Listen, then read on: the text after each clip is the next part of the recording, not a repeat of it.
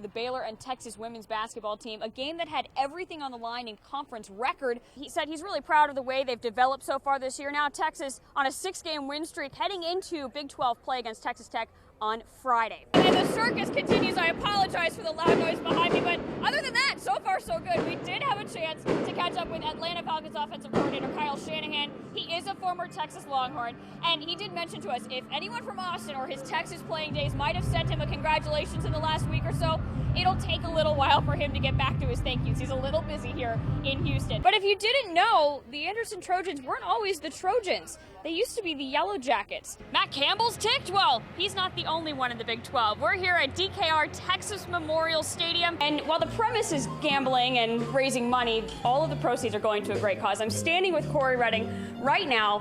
Talk to me a little bit about the premise behind the Corey Redding Foundation. The Corey Redding Foundation has been established to help people that's in need. But even confident 18 and 20-year-olds can be nervous sometimes. They won't admit that, but Coach Smart will. Lions and Tigers, no Bears here at Friday Night Rivals, Week 4. And it might be a good luck charm because, well, they did win last week at 11 a.m. Hey, Chicago, yeah, I'm over on the other side. In between us, though, there's a couple of Leander Lions warming up. But it's a pretty young rivalry. This will only be the 4th time meeting between the two teams, and right now the Eagles are leading the series 2-1. Thanks, Chicago. Yeah, we definitely can't ignore the fact that the Panthers are participating in senior night. Maybe didn't come up with homecoming, but a lot is on the line tonight. Very exciting to see some of them today, and again, they'll be saluted tomorrow during the game. Upsets and all, and what is having coaches scratch their mullets after an upset? That's all coming up in your Clay Cooley Nissan Sports Report. Today was like Christmas morning for the kids of the Blood and Cancer Center at Dell Children's Hospital, because St. Lance came to lift their spirits. When we first met Lance 2 years ago, he spent a lot of time here, after being diagnosed with T-cell acute lymphoblastic leukemia in 2014.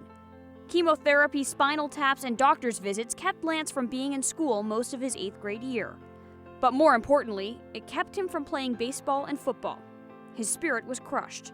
My mom told me that I had leukemia. I was like, no. The Cedar Park football team, the team in which Lance dreamed of playing, took him under its wing and gave him hope to fight through. They sent Lance his first get-well card, and that was enough to change his entire outlook on life. Here's what he sent the team in response. When I first found out I had cancer, I just wanted to die. I just wanted to curl up on the floor and lay there. But as soon as that first poster came in right here, it reminded me I have a family, a whole big family back at Austin for me. In the spring of last year, Lance was granted a wish by the Make-A-Wish Foundation. He chose not to get something, but to give. He's been an example to follow. He's made some decisions and choices that have just amazed me. Lance's Lift Brigade began with the hopes of helping other kids with cancer. And what kid doesn't love the gift of technology? Before Lance's diagnosis, he was never really a video gamer because he thought it would distract from baseball and football. But after being in the hospital, he learned that sometimes what you really need is a little diversion. Not that we're trying to make kids gamers or anything like that, but there's times when they do need a little escape, a little that ability to get through and power through some tough times. Adding these things in will make this place a little bit of a more fun place, I guess you can say it. I mean, obviously going through chemo isn't fun. Lance spends a little less time here now because he's in the home stretch of maintenance work. He returns once every 28 days and once every 84 for surgery at the hospital, with the end in sight. And we will be finishing up in December of 2017. But the news gets even better. I was like, oh, so now you're telling me I can go out? And so next season is my starting year for baseball. But it's hard for me because I've been in this state of just sitting around. So it's just basically getting back into that routine. Through his battle against leukemia, Lance lifted the lives of so many. And in his next challenge, lifting weights to get back in baseball shape. Sarah Merrifield for the Clay Cooley Nissan Sports Report. The national anthem, that's my favorite part. It always gives me goosebumps. Because this was my dream. Brandon Gonzalez hit it off with the sport of baseball at an early age. It's the only sport that I'm good at. I tried basketball, didn't work out football, that wasn't me, so I picked up baseball. And he owns a lot of navy and white. He loves the Yankees, loves Derek Jeter, loves all those guys, and so he actually just got a puppy and he named it Yankee. Just like the Yankees season last year, Brandon has seen a few curveballs too. He's had cerebral palsy since very young age, so he's been dealing with it for a while. And there's days that are better for him than others. I think that's the thing that I learned the most, was that there's not a level that you have to come down to in order to talk to Brandon.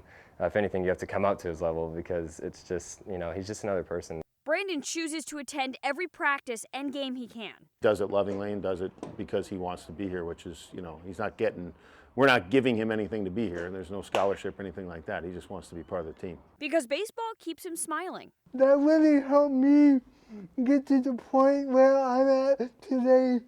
But where he really shines is with a dugout pep talk. If I come into the dugout and I'm not happy with what I did that day, I'll do it in a frustrated way, and I know what I'm about to get into, but I'll sit down next to him and he'll just say, man, just know you're lucky. Go out there and enjoy it, and go and enjoy life. And then I'm just like, you're so right, and I get up and I'm fine right after that. They look to him, and he knows when to push the button. He knows when they're not giving their all, so what he does offer is a lot more valuable a lot of times than baseball stuff. Regardless of the score at the end of the game, tomorrow is a clean slate. But every time the national anthem plays right before first pitch, Brandon is reminded why he loves the game. This is my family, so I never go forget about them. And although his baseball career didn't include any stats, he scored a home run with his second family at St. Edward's.